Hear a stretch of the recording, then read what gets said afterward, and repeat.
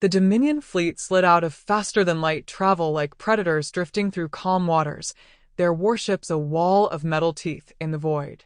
On the bridge of the flagship Vorth's Claw, Admiral Sarek lounged in his command chair, mandibles twitching with faint irritation rather than excitement. Below, the planet glowed with the soft blues and greens of a human colony world, still untouched by fire. "Another nest of vermin," Sarek said, his voice sharp with disdain. "Burn it clean." His officers obeyed, with the weary efficiency of executioners long accustomed to the ritual. Plasma torpedoes streaked through orbit, their trails casting fleeting shadows across the alien steel of the Dominion fleet. Explosions tore through orbital platforms, scattering shards of metal and flame. The humans scrambled pitiful defenses, archaic corvettes, mining vessels fitted with guns that had not been updated in decades. They died bravely, if one could call it that, but their bravery was irrelevant. On the main display, Sarek watched a human ship spiral into fire.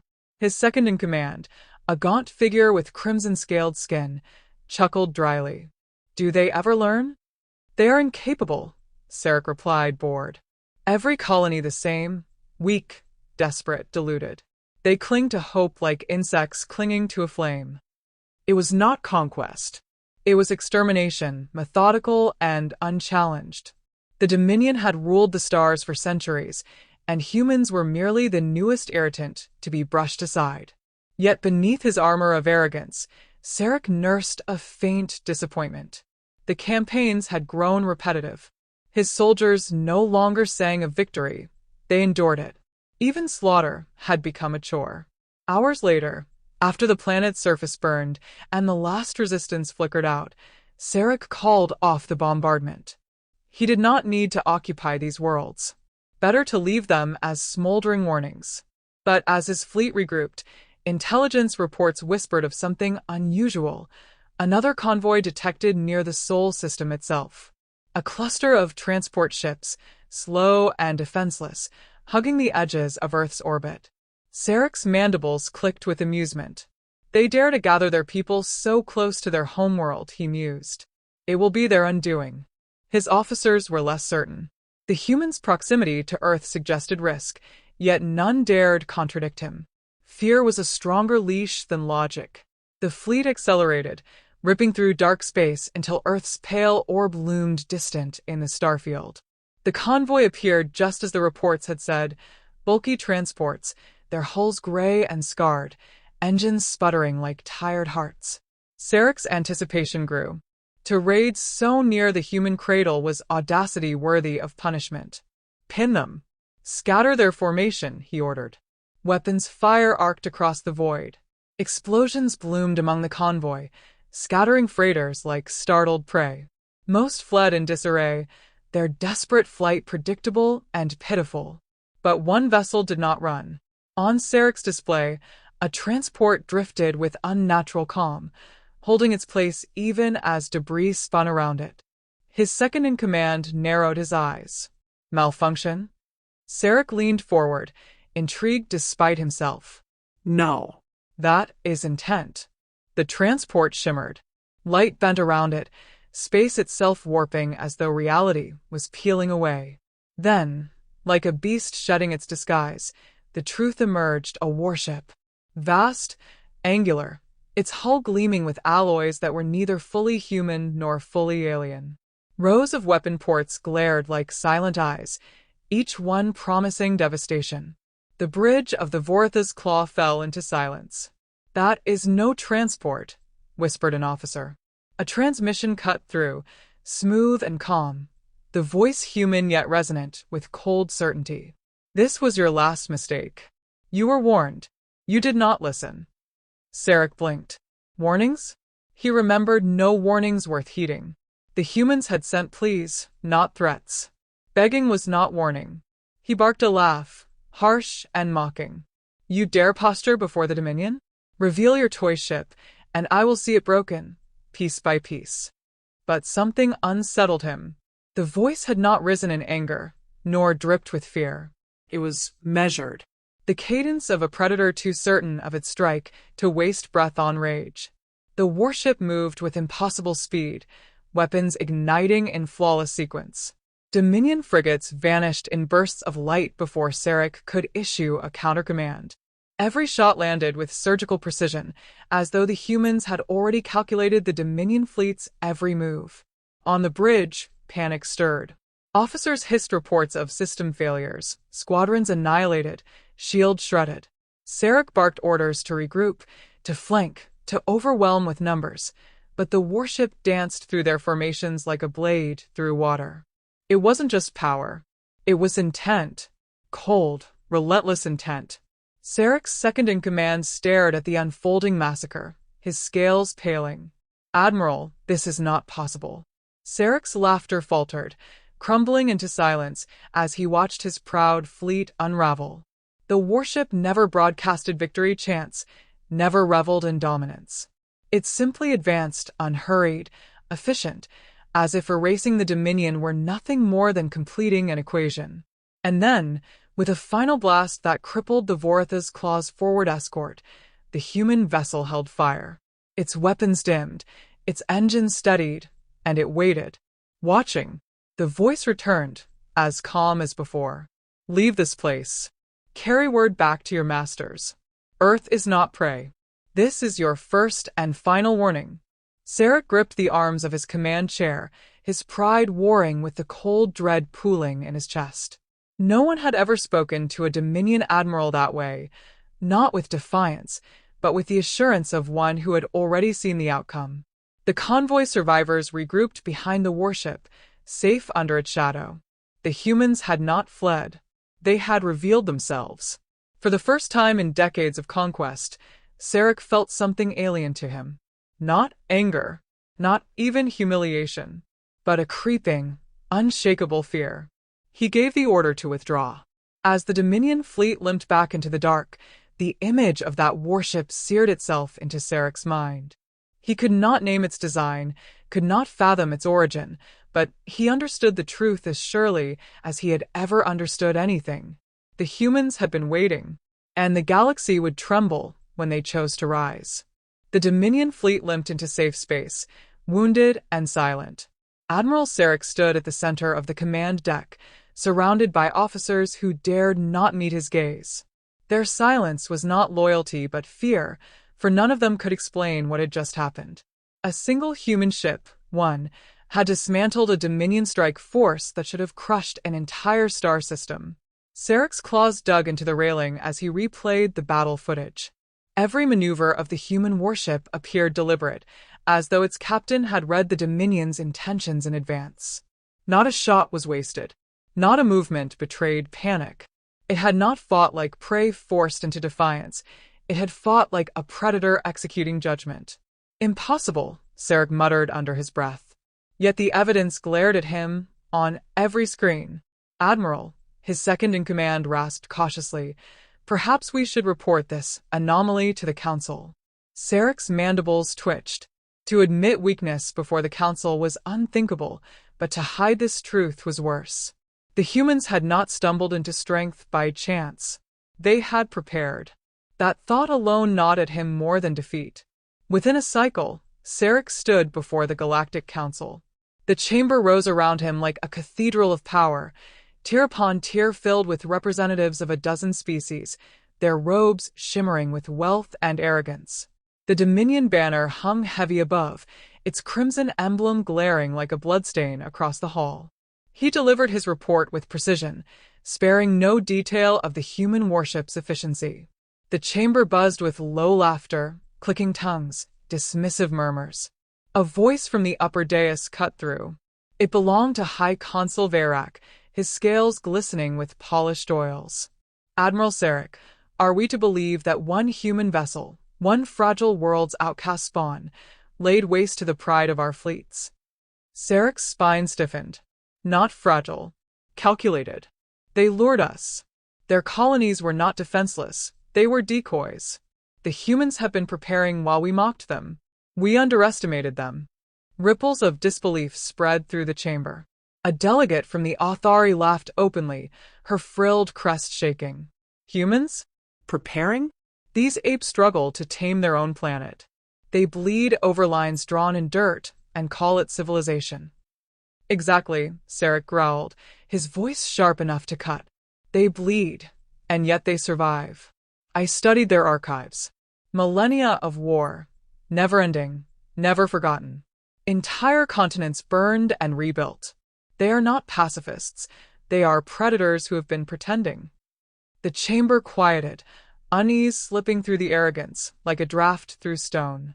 Sarek continued, forcing each word with the weight of warning. The warship we faced was not improvisation. It was revelation. They have learned from us, from every empire they encountered, and they have hidden that knowledge until the moment it would wound us most. For a moment, silence reigned. Then Verac leaned forward, his smirk cutting the air. And yet, Admiral, here you stand. Alive. If these humans are as ruthless as you claim, why allow survivors to carry your story home? Perhaps they are not predators, but merely fortunate. Sarek's mandibles clenched. He remembered the transmission, the human voice calm, unyielding. This is your first and final warning. It was not fortune. It was strategy. They wanted him to return, to spread the fear. The humans understood something the Council did not. Fear was a weapon sharper than plasma. They spared us because they do not want war, Sarek said slowly, realization hardening into dread. But if war comes, they will not hesitate. They will finish what they begin. The Council erupted with overlapping voices, some mocking, some cautious, many dismissing his claims as paranoia. Amid the chaos, Sarek's gaze hardened. He had delivered his warning, and they had chosen arrogance over caution. The Dominion would not prepare. The galaxy would not listen. When the session adjourned, Sarek walked the long corridors alone. Shadows stretched across the marble floor, mirroring the weight pressing against his chest. He remembered the look of the human warship, the silence with which it killed, the certainty in its voice. He had fought countless enemies, but never one so restrained, so deliberate. They did not seek glory. They sought control. On the far side of the galaxy, within the steel corridors of the warship itself, another figure studied the same recordings. Admiral Elias Cade, commander of the UNSV Aegis, stood with arms folded behind his back. His reflection hovered faintly in the glass as battle footage replayed, the Dominion fleet breaking apart, the precision strikes that had ended the slaughter before it began. His crew stood nearby, silent, respectful, waiting. They broke faster than I expected, Cade said at last, his voice quiet, thoughtful. Predators often do, when they meet a greater one. A younger officer hesitated before speaking. Sir, the Dominion will return. They won't accept humiliation. Cade's expression did not change, but his eyes were steel. That is why we warned them. They now face a choice. Retreat and live, or test our resolve. He turned from the display, his gaze moving across his officers. They were tired, scarred, but unyielding. He saw in them the same weight he carried, not triumph, but inevitability. We do not fight because we desire it, he said, more to himself than to them. But if they force our hand, then we will show them what humanity truly is. The crew absorbed his words in silence, some with pride, others with unease. None doubted him. Back in the Dominion capital, Sarek sat alone in his quarters, the Council's laughter still echoing in his skull. He replayed the human transmission again and again, listening for weakness, for arrogance, for anything he could dismiss. But there was only calm certainty. For the first time in his career, he admitted the truth he dared not voice aloud. The Dominion might not survive what was coming. And worse, he was no longer sure if anyone could. The human fleet gathered in silence. No grand banners, no songs of defiance, only the low hum of engines and the steady rhythm of men and women preparing for what could not be undone. Within the command chamber of the UNSV Aegis, Admiral Elias Cade stood at the central display, watching the shifting formation of ships ripple across the holographic map. Hundreds of vessels, each one armed with technology hidden from the galaxy for generations, now moved with a purpose, so precise it bordered on unnatural. Cade's hands rested behind his back, his posture rigid but not unkind. His officers had grown accustomed to his composure. It reassured them even when words failed. They knew he carried the same fears they did, but he bore them quietly, like armor forged from restraint. "Status reports," he said without raising his voice. "Fleet synchronization complete," replied Commander Lien, her eyes scanning the data streams. "Autonomous squadrons are linked, wormhole relays stable. At your command, we strike." No one cheered. No one smiled. They had been trained for this moment, but they understood its cost. The Dominion had mocked humanity, underestimated it, and now would be forced to reckon with the truth. Yet none of the humans felt triumph in that knowledge. Their resolve was not born of conquest, but survival. Cade studied the faces around him. Lien, precise and unflinching. Captain Ruiz, stoic yet quietly devout. Lieutenant Harris, the youngest, his nerves betrayed by the tightening of his jaw. Each of them carried a weight greater than themselves, the knowledge that their actions would reshape the galaxy. "We end this quickly," Cade said, his tone carrying the gravity of a sentence rather than an order. "Do not hate them. Do not revel in their suffering. We are here to survive. Nothing more." The fleet surged forward. Wormhole generators bloomed to life, tearing holes in space, each gateway opening with eerie calm. Through them the ships vanished, slipping into the fabric of the void. When they emerged, it was above a Dominion fortress world. The orbital defenses blinked awake, startled by the sudden presence of hundreds of human warships. Orders crackled through Dominion channels, frantic and disjointed. Admiral Sarek, called back to the front despite the Council's derision, found himself staring in disbelief at the impossible. He had warned them. They had laughed. Now he watched the price of their arrogance descend from the stars. "Form ranks. Defend the capital," he roared, though his voice trembled. But the humans did not fight like the Dominion. They did not waste time on bluster or ritual. Their fleets unfolded with surgical precision, wormhole reinforcements appearing behind enemy lines, cutting off retreat. Autonomous squadrons swarmed, overwhelming Dominion cruisers with silent coordination. Missiles struck not at random targets but at keystones of defense, collapsing entire networks with a single volley. Sarek's bridge erupted with frantic reports. Shields collapsing. Dockyards lost. Squadrons breaking formation. He slammed his clawed hand against the console. "Hold. You are Dominion. You do not flee." Yet he saw it in their eyes, in the shuddering of his officers' hands. Fear had taken root. The humans fought with the cold efficiency of executioners who despised their own task, and that made them terrifying. From the bridge of the Aegis, Cade watched the Dominion defenses crumble. His face betrayed no satisfaction. He did not look like a man claiming victory, but like one burdened with inevitability. "Target the command hub," he ordered. "Disable, don't destroy." His officers exchanged glances, but complied. Beams of searing light cut through the void, carving apart defenses with almost clinical detachment. Dominion ships exploded one after another, their death cries lost in the vacuum. On the Dominion flagship, Sarek stared at the display as one of his last strongholds collapsed. He remembered the council chamber, the laughter, the dismissive voices that had ridiculed him.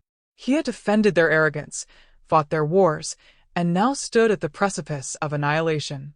A transmission broke through the chaos. The same human voice as before, calm, unshaken. "Stand down. Resist and your people die. Surrender, and you will live." Sarek's mandibles tightened. His pride screamed for defiance, but his instincts told him what pride had never allowed. Survival required submission. He looked around the bridge at his crew, saw terror in their eyes, resignation in their posture. For once, his command meant nothing. They had already broken. The Dominion itself was breaking. Slowly, he gave the order no Dominion admiral had spoken in generations. "Ceasefire." The human fleet did not cheer. They simply adjusted, weapons dimming, movement steady. There was no mockery, no demand for humiliation. Only silence, vast and suffocating, as if the humans had declared themselves guardians of inevitability. Back aboard the Aegis, Cade exhaled, though the weight in his chest did not ease. "Prepare the next phase," he told Lien. She hesitated. "Sir, they're surrendering." "Not enough," Cade replied, his voice low. "One fleet is not the Dominion. One system is not the galaxy. This is the beginning, not the end." He turned back to the starfield, his reflection staring back from the glass. There was no victory in his eyes, only the somber realization that humanity had stepped into a role it could never relinquish. They had been forced to awaken, and once awake, they would never again be ignored. In the wreckage of his fleet, Sarek watched the humans hold position, weapons dormant yet ready. He understood now what the Council could not. The humans did not fight for conquest. They fought to end the cycle. They did not roar like conquerors. They whispered like inevitability. And in that quiet, Sarek felt the first true crack in the Dominion's foundation, a realization spreading faster than fire. They were no longer the predators. They were the prey. The battle ended not with thunder, but with silence. Yet in that silence, the promise of greater storms lingered. The Dominion capital seethed with chaos. Towers that once gleamed with untouchable authority now burned with riots, their spires collapsing under the weight of panic. Crowds stormed government plazas, soldiers abandoned their posts, and governors fled in gilded shuttles that only drew more hatred from their people. The war machine that had ruled for centuries had unraveled in days. And through it all, a shadow lingered in orbit. The human fleet, silent, unmoving, its presence alone enough to unmake an empire. Admiral Sarek stood within the council chamber, stripped of his rank insignia, his armor dulled and scarred. Around him, the same delegates who had mocked his warnings now whispered frantically, their robes disheveled, their dignity torn as easily as their banners. None looked him in the eye. The chamber that had once echoed with arrogance was now thick with dread. The vast doors opened, and the humans entered. Not an army, just a delegation, flanked by the towering bulk of armored guards whose weapons remained holstered. At their head walked Admiral Elias Cade. He bore no crown, no finery, only the plain uniform of his station, and yet the chamber bent to his presence. His stride was measured, his expression unreadable. He carried himself not as a conqueror, but as a man who wished there had been another way. Sarek's mandibles clenched as he watched Cade ascend the dais, where the High Consul once stood. The irony was bitter. The humans had not stormed this chamber with fire. They had simply arrived, and none had dared stop them. Cade's voice carried without effort. "The Dominion stands at the edge of collapse. Your fleets are broken, your worlds in rebellion, your authority shattered. We do not celebrate this. We did not seek it, but we will not allow you to rise again through arrogance and blood." The counselors shifted uneasily, their fear thick in the air. One found the courage to speak, his voice trembling. "Then what do you want of us? Occupation? Enslavement? Do you mean to rule us as we ruled others?" Cade's gaze cut across the chamber, sharp but not cruel. "We want an end to this war. Humanity will not chain your people, but neither will we allow you to chain others. You may govern, but under the watch of those you once thought beneath you." He paused, then turned his eyes toward Sarek. "And you will help them understand what that means." The word struck harder than any weapon. Sarek stepped forward, disbelief hardening into fury. "You would make me your servant? Your mouthpiece? I am an admiral of the Dominion." "You were," Cade interrupted, his tone flat. "Now you are the one who lived to see what the rest of your kind denied. You saw us and understood. That is why you will serve as governor. Not as a puppet, but as a reminder." Sarek's pride twisted against the truth he could no longer deny. He wanted to refuse, to spit defiance into the human's face, but the memory of that warship's calm, unflinching voice burned inside him.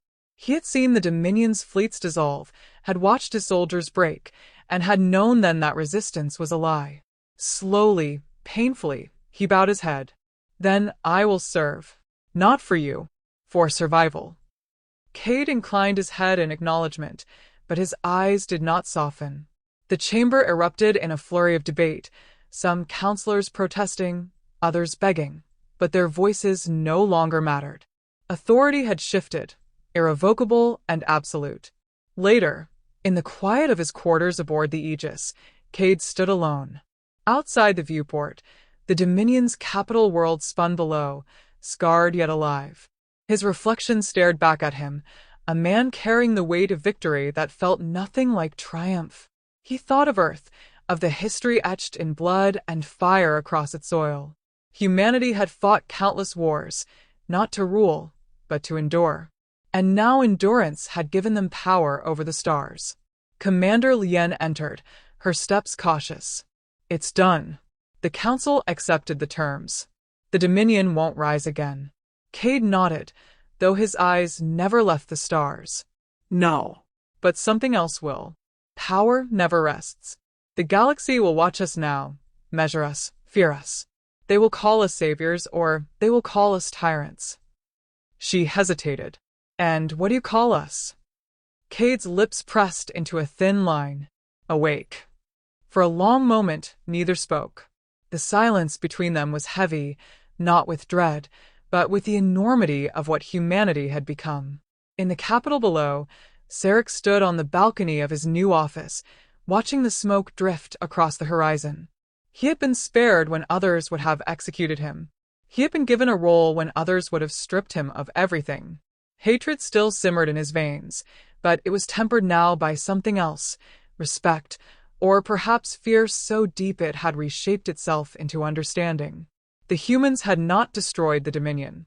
They had transformed it, bent it to their will without shackles or chains. And in that transformation, Sarek saw the truth more clearly than ever. The galaxy had not witnessed the rise of a conqueror. It had witnessed the end of an illusion. Humanity had never been weak.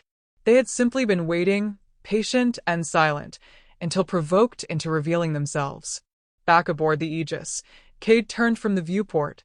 His final words that day were not to his officers, not to the council, but to himself. "We did not want this war. But now that it has come, we will not run from what it has made us. The galaxy thought we were prey. They were wrong." Beyond the hull, stars glittered like silent witnesses, vast and indifferent. For the first time in millennia, the galaxy held its breath, waiting for what humanity would do next.